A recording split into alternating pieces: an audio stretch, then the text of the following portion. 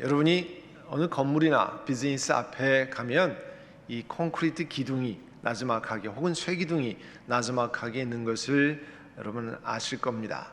그거는 혹시 잘못해서 자동차가 이 사고로 뛰어들어가서 이 비즈니스 안으로 이 자동차가 진입하는 일을 방지하기 위해서 그렇게 하는 거죠. 그런데 얼마 전에 한국에서 나온 뉴스를 보다가 깜짝 놀랐습니다. 그 뉴스의 소식을 우리 잠깐 함께 보도록 하겠습니다.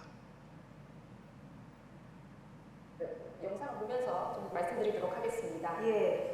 일단은 지금 이 검은색 승용차 한 대가 보이시는 것처럼 편의점 안을 향해서 위협적으로 돌지는 했고요. 예. 이 차량 안에 있던 운전자 39살 한모 씨 편의점 안에서 보시는 것처럼 전진과 후진을 여러 번 반복을 하며 무려 20여 분간 난동을 부렸습니다. 경찰이 도착해 대폭탄을 쏘고 나서야 이런 난동을 겨우 멈췄는데요. 이 난동으로 보시는 것처럼 편의점 가게 문 모두 깨졌고요. 안에 있던 구조물, 물건들 차량에 달려 엉망이 됐습니다. 또 당시 매장 안에는요, 편의점주와 직원까지 3명이 있었는데요. 20분가량 이어진 난동에 편의점 주인은 눈이 파탄을 맞아 쇠과상을 입기도 했습니다. 예, 편의점 주인과 다퉜다고 하는데요. 운전자는 왜 이런 일을 벌인 겁니까? 네, 또 황당 여러분 보신 것처럼 이 39살 난 여성이 자기 아주 고급 승용차를 몰고 편의점 안으로 뛰어들어가 가지고 자동차를 가지고 앞으로 뒤로 20분 동안 편의점 안을 난장판으로 만들었습니다. 참 우리가 거의 상상하지 못한 일이 벌어졌는데요. 더욱이 황당한 것은 왜 이렇게 했느냐 하는 이유예요. 이 자기 자녀가 어디 그 미술 공모전에 출품을 하기 위해서 이 편의점에서 택배로 보냈다는 겁니다. 그런데 그 택배가 분실됐대요. 이것을 알고 가서 항의하니까 편의점 주인이 사과하고 자기가 5만 원 정도 배상을 하겠다 그러는데 그거가 마음에 차지 않아서 뭐 계속 싸움을 벌이고 이번에는 아예 자동차를 그 안으로 몰고 들어가서 20분 동안 앞뒤 좌우를 다 들이박으면서 난장판을 만들었다는 거죠. 분노 조절 장애가 있는지 모르겠지만 우리가 상상할 수 없는 일이 이렇게 벌어졌습니다.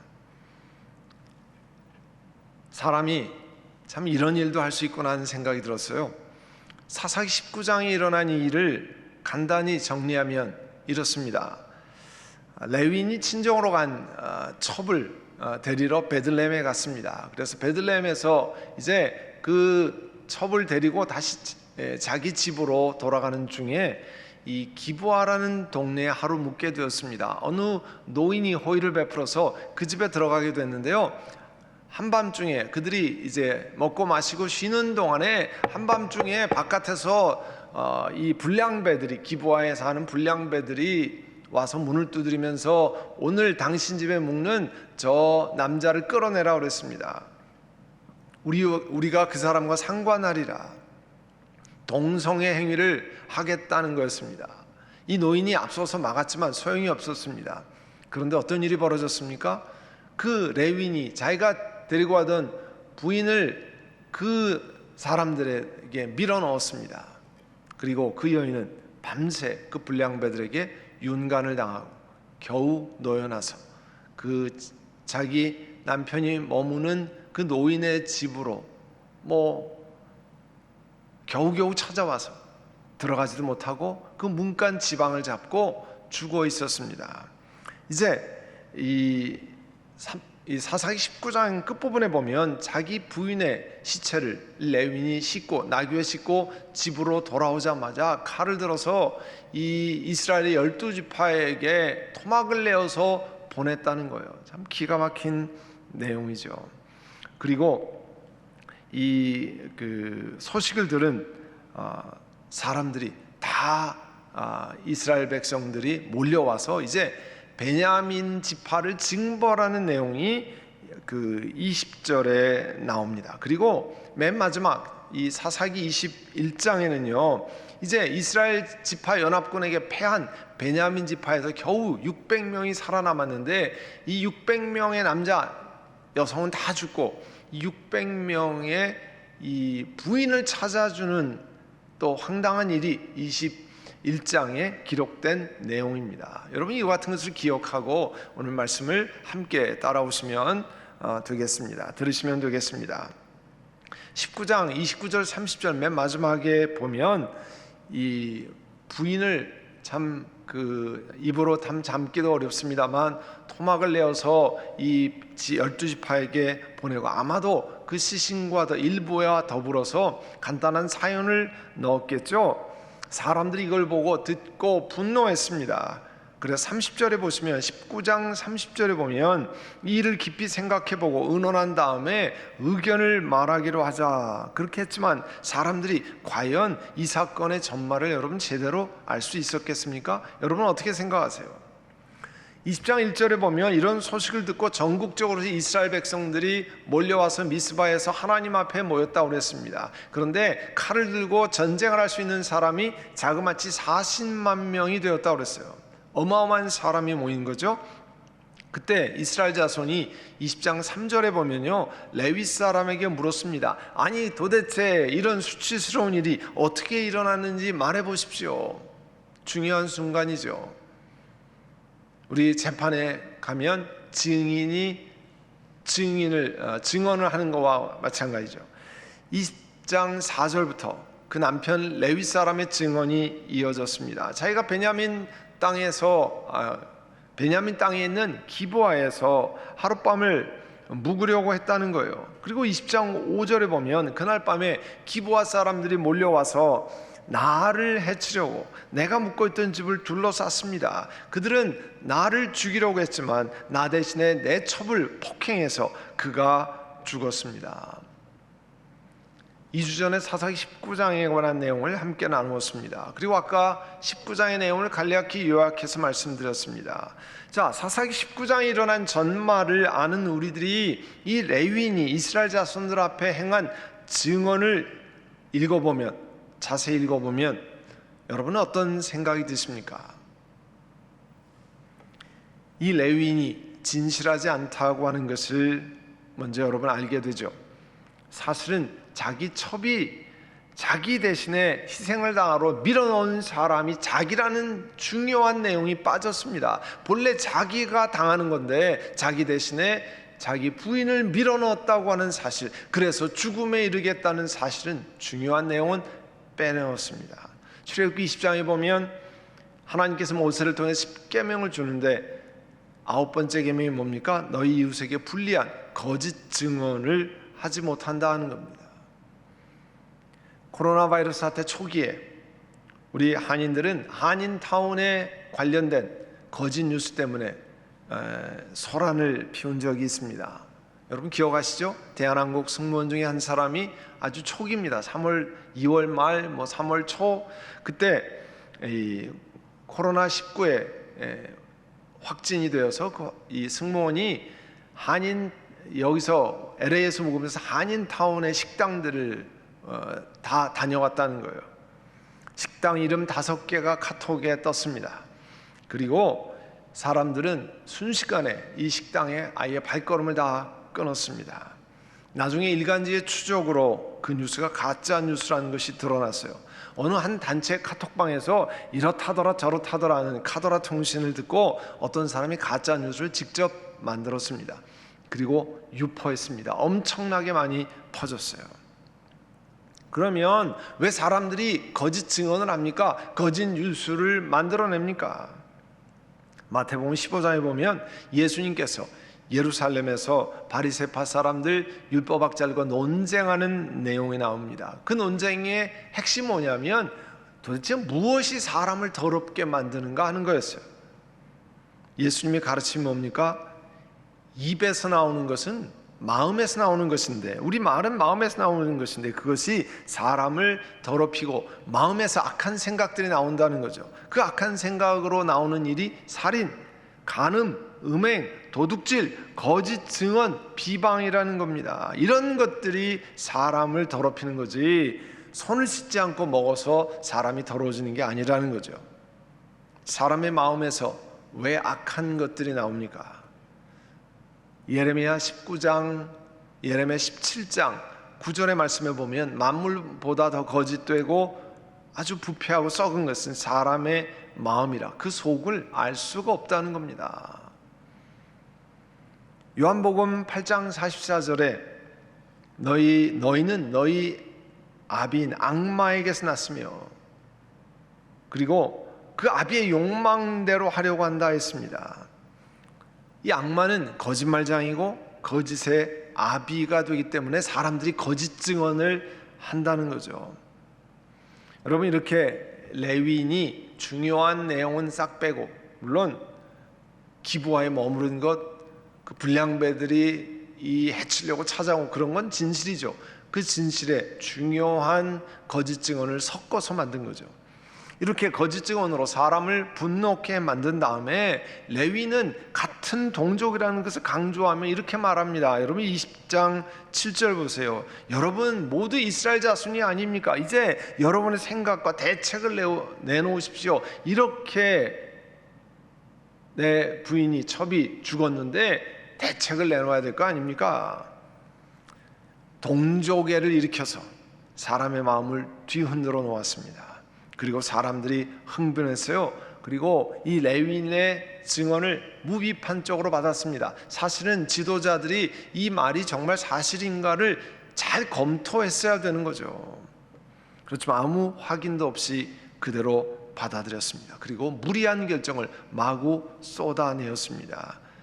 그래서 20장 8절에 보면요, 이 얘기를 듣고 사람들이 일어나서 외쳤습니다. 우리 가운데 한 사람도 자기 장막으로 가서는 안 된다. 아무도 집으로 돌아가서는 안 된다. 그 얘기는 무슨 얘기냐면 다 전쟁하러 가야지. 이 사람들을 징벌하러 가야지. 이제 전쟁 안 하고 집으로 돌아가는 사람 안 된다는 거죠.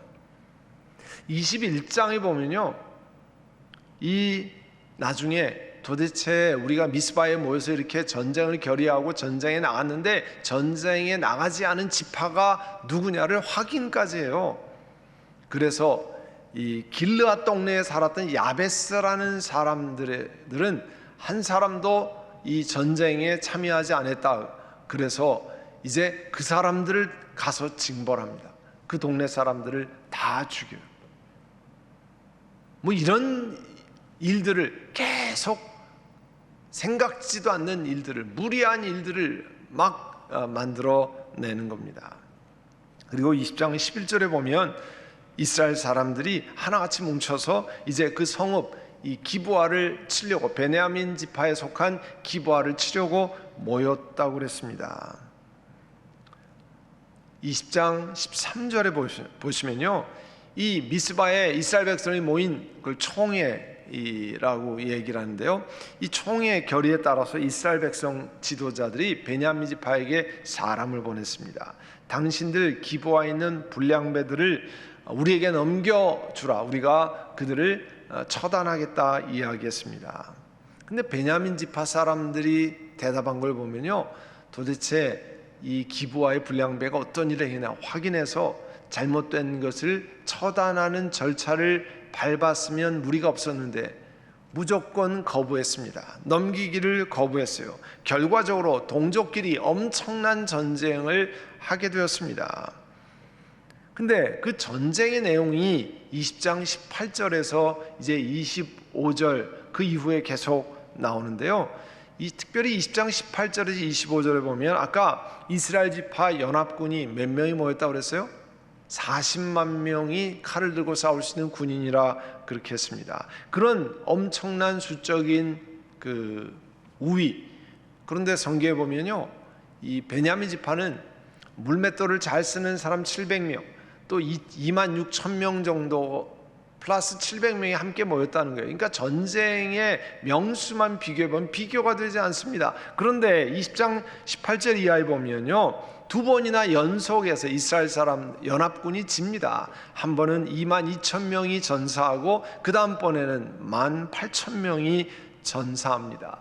이 소식을 듣고 이스라엘 백성들이 기가 막히잖아요. 이렇게 많은 군사들이 나갔는데 졌습니다. 계속해서 이제 베들에 올라가서 하나님께 금식하며 제물을 드립니다. 회개하고 돌이키고 이게 어찌 된 일입니까? 고백한 다음에 그 후에야 이스라엘 백성들은 베냐민과의 전투에서 승리하게 됩니다. 그것이 이제 20장 25절 이하에 쭉 나와 있는 그 이야기인데요. 자, 그렇게 보면 아니 우리가 일본 베냐민이 정당한 사람들이기 때문에 두 번이나 전쟁에서 승리한 겁니까? 그렇지 않습니다. 거기에는 전체 내용을 보면 하나님의 섭리가 포함되어 있습니다. 왜냐하면 이스라엘의 연합군은 하나님을 찾되 요식 행위로만 그냥 이름만 명목상으로만 하나님을 찾았고, 또 이방인도 아닌 하나님이 언약 백성으로 주신 자기들의 민족인 베냐민 지파 전체를 진멸하는 데 있어서 하나님의 뜻도 묻지 않고 그냥 나아갑니다. 그래서 아마 하나님이 이들을 패배케 하시고 이제 자기 자신을 돌아보게 만드는 것이죠. 확실하게 전쟁에서 승리하겠다고 생각했는데 웬걸요, 전쟁에 승리하는 게 아니라 패배를 두 번이나 하면서 그 자신을 돌아보게 되어서 결국 회개하고 금식하고 그 다음에야 겨우 전쟁에서 승리하게 됐습니다. 또 베냐민 지파는 어떻습니까? 아니 악행을 저질렀던 이 불량배, 기브아의 불량배 몇 사람을 내어주면 그렇게 동족 상잔의 비극을 경험하지 않았을 겁니다. 그런데 뭐 자존심 때문에 그랬는지 불량배들을 옹호하고 이 이스라엘 지파 연합군과 전쟁을 벌였어요. 그리고 자신의 지파가 거의 멸절 직전까지 갔습니다. 베냐민 지파 사람들은 죄를 죄로 인정했으면 문제가 없었어요. 그렇지만 자신들이 느끼는 감정을 앞세워서 악한 일을 행한 사람들을 다 감쌌습니다. 로마서 1장 32절에 보면 이와 같은 일을 하는 사람들, 이 잘못된 일을 하는 사람들은 죽어야 마땅하다는 하나님의 공정한 법도를 알면서도 자기들만 이런 일을 하는 것이 아니라 어떻게 해요? 이런 일을 하는 사람을 두둔하기까지 합니다. 그러니까 로마서 1장에 보면 잘못됐다는 걸 인정하지 않고 또 그 사람들을 두둔하는 일까지 한다는 거예요. 사람이 그렇게 한다는 거죠. 이제 이 20장의 나머지 부분을 보면, 29절 이하의 나머지 부분을 보면 베델에서 금식하고 하나님 앞에 나아간 후에 연합군은 이제 베냐민 지파에게 매복하는 전술을 사용해서 승리를 얻습니다. 베냐민 지파가요 2만 5천 명이 사망하고 600명만이 겨우겨우 목숨을 건져서 이 바위산에 숨어 살게 되었습니다. 레위인이 거짓 증언을 하고 이스라엘 백성들이 온 백성들이 감정이 들끓고 모든 백성들 전체를 전쟁으로 몰아넣었습니다. 결국은 이스라엘 지파, 베냐민 지파 양쪽이 엄청난 사상자를 내었습니다. 그렇게 하고 21장, 사사기 맨 마지막 장으로 들어가는데요, 거기에는 백성들이 모여서 이제 좀 정신을 차리고 돌아보니까 하나님이 언약 백성으로 12지파 가운데 한 지파가 거의 다 멸절하게 생겼거든요. 그거를 돌아보고 슬퍼합니다. 애통해합니다. 그리고 남자만 600명이 베냐민 지파에 살아남았는데 이 사람들이, 이스라엘 사람들이 베냐민 지파와 전쟁하면서 절대로 우리 집안의 딸을 베냐민 사람과는 결혼시키지 않겠다, 그렇게 약속했습니다. 그 약속을 지키기를 원하고, 그러니까 베냐민 사람들은 남자만 600명, 그러니까 베냐민 지파가 후손을 이어갈 방법이 없었던 것입니다. 그래서 자기들은 맹세를 지킨다고 하고 임의로 이 또 다른 죄악을 저지릅니다. 아까 말씀드린 것처럼 베냐민과 전쟁에 참여하지 않았던 이 길르앗 지방의 야베스를 쳐들어가서 거기 사람들을 전멸시킨 다음에 이제 남자를 알지 못하는 처녀 400명만을 데리고 옵니다. 그리고 그 400명을 베냐민에서 살아남은 600명의 부인으로 주는 거예요. 말도 안 되는 일이 일어났습니다. 그리고 아직도 200명이 부인이 없잖아요. 그러니까 또 다른 방법을 생각합니다. 그게 21장 15절 이하의 회중의 지도자라고 그 당시에 불리는 분들이 내어놓은 방법입니다. 그 장로라고 불리우는 회중의 지도자들이 뭐라고 했냐면, 실로라는 지방에 이 하나님 앞에 제사를 드리기 위해서 매년 축제가 열리는데, 아내가 없는 베냐민 사람들 200명 남았잖아요. 그 사람들은 하나님 앞에 춤을 추러 나오는 여인들, 하나님께 예배드리고 제사드리고 하나님 앞에 기쁨을 표현하는 그 여인들 가운데 마음대로 하나씩 붙들어 와서 아내를 삼으라고 했습니다. 참 지도자라고 하는 사람들이 생각하는 방법이 그 여인들의 삶을 완전히 망가뜨리는 일을 행한 겁니다. 21장 23절에 보면 베냐민 자손이 이렇게 해서 얻은 땅으로 돌아가서 성읍들을 재건해서 거기서 그냥 잘 살았다 이렇게 얘기하고 있습니다. 그리고 사사기 전체를 마무리 짓는 말씀이 25절에 나오죠. 그때는 이스라엘의 왕이 없었으므로 사람들은 저마다 자기 뜻에 맞는 대로 행했다라고 결론을 짓고 사사기의 긴 21장의 내용을 마무리 짓습니다. 사랑하는 성도 여러분, 한 사람 아담으로 말미암아 세상에 죄가 들어온 것처럼 오늘 이 레위기 19장, 20장, 21장에는 레위 사람 한 사람으로 시작해서 온 이스라엘 백성들이 엄청난 전쟁을, 비극을 경험했습니다. 이렇게 자기 자신의 뜻에 맞는 대로 사는 이스라엘 사람들이 행한 결과가 얼마나 비극적인가를 이 말씀을 통해서 보여주고 있습니다. 이와는 사실 대조적으로 하나님께서는 이런 속에서도 이들을 향해서 오래 참으시고 이들을 불쌍히 여겨주셨습니다. 그리고 이후에 사무엘과 같은 지도자를 세우시고 또 다윗과 같은 후손을 나게 하셨습니다. 그리고 그 이후에 육체적으로는 이 후손들 가운데서 세상의 구원자이신 예수 그리스도를 주셨습니다. 이스라엘 백성들이 잘해서가 아닙니다. 이들이 제대로 했기 때문이 아니죠. 전적으로 하나님이 백성들을 향해 가지시는 오래 참으시는 하나님의 그 성품으로 인해서 이런 일이 일어났습니다. 이런 사사기의 말씀, 오늘은 20장, 21장의 말씀을 나눴지만 1장서부터 21장 전체 사사기 말씀을 오늘 21세기를 사는 우리들에게 왜 읽게 만드셨습니까? 이스라엘 백성들이요, 이집트의 노예에서 나와서 광야에서 생활할 때 여러 가지 악한 일을 저지릅니다. 그것을 사도 바울은 고린도에 사는 그리스도인들에게 편지하면서 이렇게 말합니다. 고린도전서 10장 6절에 보면 이런 일들은 우리 조상들이 악을 좋아하는 것 같이 우리가 악을 좋아하는 사람이 되어서는 안 된다는 것을 우리에게 가르쳐주는 본보기가 되었습니다. 이 고린도전서 10장 1절에서 한 11절 2절까지 이렇게 보시면요, 이스라엘 백성들이 광야에서 우상 숭배합니다. 간음을 행합니다. 또 하나님을 시험합니다. 하나님을 향해 불평합니다. 그래서 불뱀에 물려 죽고 간음으로 인해서 연병으로 죽는 결과가 민수기에 보면 나와 있습니다. 그런데 이런 일들을 소개하는 것은 뭐예요? 우리에게 본보기가 되게 하는 거예요. 악을 좋아하는 사람이 되지 않고 우리를 가르치는 본보기가 되려고 한다고 하는 것이 고린도전 10장 6절과 11절의 말씀입니다.